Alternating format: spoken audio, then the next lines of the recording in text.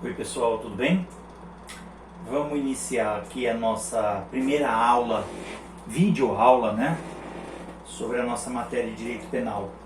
Eu já de cara peço desculpas a vocês caso esse vídeo não fique muito adequado, a imagem, o som, a maquiagem. De qualquer forma, vamos tentar por aqui. Eu vou mandar esse vídeo no e-mail de vocês, vou tentar mandar também através do Classroom, depois eu envio para vocês a senha. Vamos aqui trabalhando com as alternativas que temos para que nós mantenhamos aí o nosso curso em andamento, tá? Muito bem. A primeira coisa que eu vou pedir é que durante essa nossa aula curta, vai ser curta, eu não vou me alongar muito para o vídeo não ficar difícil de baixar, inclusive, eu peço para que vocês abram o Código Penal, como a gente faz na sala. Na sala, geralmente, nós temos a possibilidade de jogar isso na lousa, né? Nós temos o aparelho visual, mas aqui, infelizmente, eu não tenho, então eu peço para que vocês primeiro abram o Código Penal, entrem lá e vamos começar a trabalhar, porque eu vou falando e vocês podem olhar para o Código Penal, tudo bem? Artigo 217-A. Bom, só para lembrar, nós estamos falando aqui dos crimes contra a liberdade sexual. O título é crimes contra a dignidade sexual, estamos naquela parte de crimes contra a liberdade sexual. Aqui nós vamos entrar num ponto muito importante, porque é uma novidade. Nem tanto porque veio com as mudanças de 2009, mas mesmo assim é necessário um certo cuidado. Vamos por enquanto falar do básico, vamos cuidar do Código Penal. Ele fala no 217-A do estupro de vulnerável. Muito bem. Diz assim, que o crime é o agente que vier a ter conjunção carnal ou praticar outro ato libidinoso com menor de 14 anos. Esse é o caput. Esse é o caput, já nos traz algumas informações. Então, primeiro, lembre-se de tudo que nós estudamos calmamente no crime de estupro do 213. Aqui as mesmas ideias, não vou voltar, não vou me aprofundar novamente em temas que nós já vimos. Então, conjunção carnal, você já sabe o que é. Então ele já começa colocando dessa forma, ter conjunção carnal, que é o sexo heterossexual, né? Então obrigatoriamente você tem que ter um homem e uma mulher, quer dizer, uma pessoa do sexo feminino e outra do masculino. Ou praticar outro ato libidinoso com menor de 14 anos. Então vamos rapidamente tratar sobre isso. Em primeiro lugar, o elemento normativo aqui do tipo penal é conjunção carnal e ato libidinoso. O núcleo do tipo é ter conjunção carnal ou praticar. Praticar é o outro núcleo do tipo. Muito bem. A ideia básica é que você faça isso com o menor de 14 anos. Então nós temos aqui de cara no caput uma definição etária do que seria o crime de estupro de vulnerável. Etária, porque temos um critério objetivo. É menor de 14 anos. Pronto. Você está dentro do crime. O que se buscou aqui, na verdade, foi retirar a antiga presunção de violência. Isso existia antes de 2009, dentro do crime de estupro. Havia uma presunção de violência em sendo a vítima menor. Aqui não, retirou-se essa ideia, criou-se um critério objetivo, se é menor de 14 anos, pronto, estamos no estupro vulnerável. Mas e se ele faz aniversário aos 14 anos, como já falamos com vocês em sala de aula, hein? Bom, se ele faz o aniversário naquele dia de 14 anos, em tese, você não está dentro desse crime, porque o caput é claro, ele fala em menor de 14 anos. Com 14 você já não é menor de 14, tá bom? É bem simples, bem claro, e fica aí um ponto nevrálgico. Nós já falamos sobre isso, vocês se lembram, nós temos uma data aí em que ele, quando faz os 14 anos, deixa de cometer este crime, e aí podemos incidir talvez em outros, claro, mas desde que haja violência, grave ameaça. Outro ponto importante que eu tenho que ressaltar é que, veja, ao contrário da nomenclatura utilizada para o estupro, que falava em praticar ou deixar que se pratique com ele outro ato libidinoso, aqui não.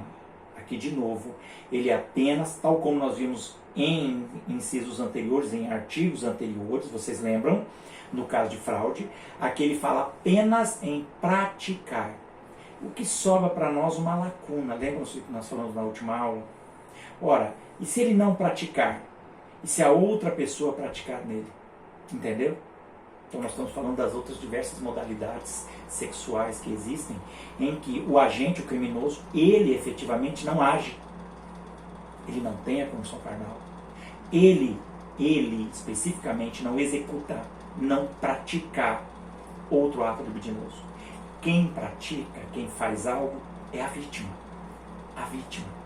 Mas aí alguns dirão, mas se a vítima está fazendo é porque ela deseja.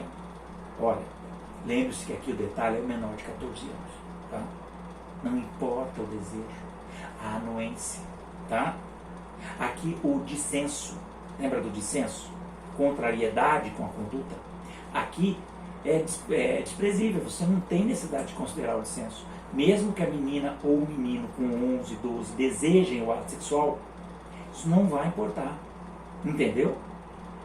Não vai importar, mesmo que ele deseje. Se o autor é maior, ele sabe, e aí um outro ponto que nós vamos falar daqui a pouco, ele sabe que é um menor de 14, não tem que haver relação sexual e pronto. Então veja que aqui houve a meu ver, uma omissão por parte do legislador. Ele poderia ter colocado praticar ou deixar que se pratique, né, outro ato libidinoso. Então, nós temos que considerar que o menor de 14, a menor de 14, muitas vezes se deixa levar, se deixa deslumbrar pela situação. Então, mesmo assim, eu entendo que haveria crime. Mas o tipo penal, e aqui, infelizmente, nós não temos a possibilidade de aplicar a analogia em Malamparte. Lembram disso? Não há como aplicar a analogia em Malamparte, é impossível. Então, se o menor de 14 praticar sexo oral ou algo do tipo masturbação com o agente criminoso, estamos num vácuo. Eu entendo, a meu ver, que ainda haveria o crime, mas tecnicamente houve uma omissão por parte do legislador. Ficaria difícil essa situação. Fiquem atentos a isso, tá? O texto que eu mandei para vocês, enviei um texto a vocês sobre isso, já fala um pouco sobre essa situação. Fiquem atentos, tome cuidado, tá certo? Muito bem. Outro ponto, como eu disse, ressalto, para o menor de 14 anos, não importa que ele tenha convencionado com o agente, que ele concorde, que ele aceite, que ele deseje. Isso aí não deve ser levado em consideração. Mesmo que o menor de 14, a menor de 14, tenha experiência sexual. Entendam bem, ela não precisa ser virgem. Ela pode ter experiência sexual. Antes havia até uma discussão se ela, tendo experiência sexual e muita experiência sexual, isso faria diferença. Hoje não se discute mais, é um critério objetivo. Ah, mas ela já tem experiência sexual, ela não é virgem, não importa. Infelizmente ela tem experiência sexual, infelizmente ela não é mais virgem. Mas de qualquer forma ao adulto não é dado considerar isso para ter relação sexual. Se ela teve experiência, se ela tem experiência sexual, infelizmente, isso é desconsiderado. Se ela já teve relação sexual, que pena, mas não deve ter novamente. Então é para impedir que tenha dentro dessa faixa etária. Tá entendido, pessoal? Muito bem. Aqui o crime, só para relembrar, tem a pena de reclusão de 8, veja bem, 8 a 15 anos. Nós temos aqui uma diferença, né, um aumento de pena pelas peculiaridades dessa conduta. Óbvio, crime aí de elevado potencial ofensivo. Um outro ponto que eu quero ressaltar, que também é muito importante, que entraria dentro dessa conduta, ele diz assim no seu parágrafo 1º: incorre na mesma pena quem pratica as ações descritas no caput, ter conjunção ou praticar outro ato libidinoso, com alguém que, por enfermidade ou deficiência mental, não tem o necessário discernimento para a prática do ato. E aí uma outra conduta, ou que por qualquer outra causa não pode oferecer resistência. Pessoal, aqui continuamos na ideia de vulnerável, avançamos para ela. A princípio, o menor de 14 é tido como vulnerável. Perfeito. Muito bem. Já ele inclui dentro do termo do Instituto da Vulnerabilidade mais duas situações. Primeiro, enfermidade ou doença mental. Cuidado, pessoal. Quando ele fala enfermidade, é qualquer tipo de doença, possivelmente física, né, que leva o sujeito a não ter aí o discernimento necessário para a prática do ato, tá? Já a deficiência mental, que é uma questão mais psíquica, é também a mesma situação, desde que não tenha o necessário discernimento. Aqui tem que tomar um certo cuidado pelo seguinte: você tem que lembrar que a enfermidade é uma doença, seja qual for. A deficiência mental também é um tipo de doença, mas Nos dois casos, não quer dizer que a pessoa não tenha condições de ter relação sexual. Não quer dizer que ela não possa ter uma vida afetiva, sexual ativa. Muito cuidado, não é esse o ponto. O detalhe é que, em consequência da deficiência, da enfermidade ou da deficiência mental, ele não tem, essa vítima não detém condições de ter consciência, de ter discernimento para a prática do ato. Esse é o ponto, tá? Então, a pessoa que tem um problema mental, e tem vários tipos diferentes, ele pode ter um retardo. Então, a pessoa, por exemplo, ela já tem 16 anos, mas com uma mentalidade de 10. Possivelmente essa pessoa, quando tiver 36 anos, ela já tenha condições psíquicas de entender. Tanto que, se não fosse assim, pessoas como essas não poderiam casar, não poderiam constituir família. Imagina alguém que tem uma enfermidade, uma pessoa numa cadeira de roda, uma pessoa que esteja com problema de visão, esteja com problema de audição, esteja com problema de fala, esteja com problemas de movimentação, qualquer que seja a enfermidade. Veja bem, essa enfermidade e a deficiência mental podem ser permanentes ou podem ser temporárias. Em qualquer uma das situações, o que você vai considerar não é a enfermidade ou a doença mental, e sim a consequência dela de não haver o discernimento necessário para entender a prática do ato. Esse é o ponto crucial que vocês têm que entender, tá? Não é apenas enfermidade e o problema mental, tá ok? Então, primeiro ponto. Segundo ponto, ele coloca uma outra situação de vulnerável. Ele incide que qualquer outra causa que não pode oferecer resistência. Por qualquer outro motivo que não pode oferecer resistência, saímos aí da enfermidade ou saímos aí da deficiência mental. Na verdade, é um conjunto de coisas.